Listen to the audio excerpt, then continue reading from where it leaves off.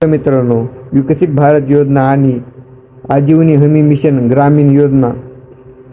मंत्रालय मुंबई दिनांक 8 मे 2026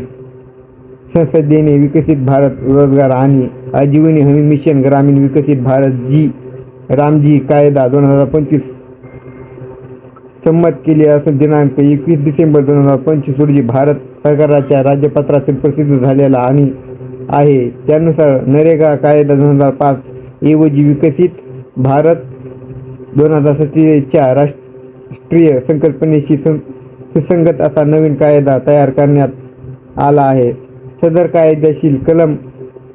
30 नुसार ज्या कायद्याची यापूर्वी अकुशल रोजगाराची हमी देण्यासंदर्भातील योजना कायदा अस्तित्वात आहे अशा राज्यातील त्यांना कायद्याशी सुसंगत ठेवण्यासाठी अटीचे अधिक राहून राज्यात त्याचा कायदा राबविण्यासाठी मुभा देण्यात आलेली आहे. राज्यात अकुशल रोजगाराची हमी देण्यासंदर्भातील महाराष्ट्र रोजगार हमी अधिनियम 1947 हा कायदा अस्तित्वात असल्याने विकसित भारत रोजगारात आणि आजीविका हमी मिशन ग्रामीण विकसित भारत रामजी कायदा 2025 या कालावधीत राज्यातील अंमलबजावणी करण्यात तत्वर मान्यता देण्यात याबाबत शासनाचा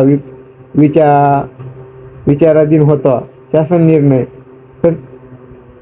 संसदेने पारित केलेल्या विकसित भारत रोजगार आणि आजीवनी हमी मिशन ग्रामीण विकसित भारत रामजी कायदा 2025 ची राज्य अंमलबजावणी करण्याबाबत रोजगार हमी प्रभागाने सादर केलेल्या प्रस्तावना मंत्रिमंडळाचे दिनांक 27/3/2026 रोजीच्या बैठकीत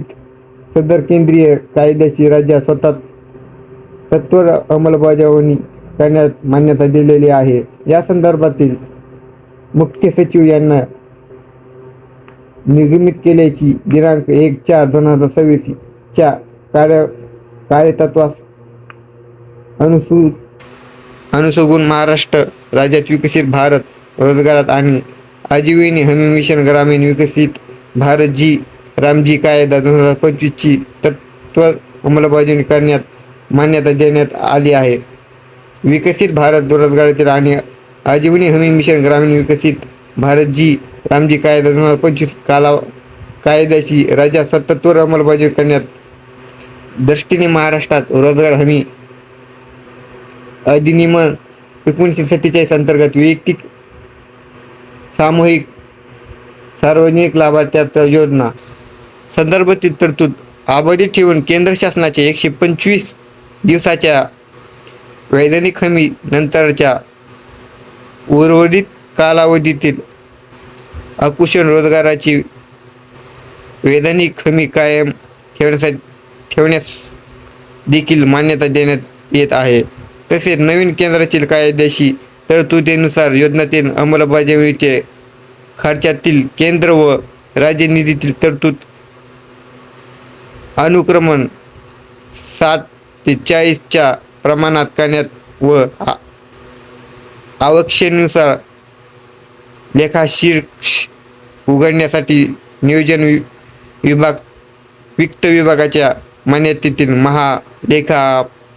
महालेखापाल कार्यालयातील प्रस्तावना सादर करण्यात मान्यता देण्यात येत आहे.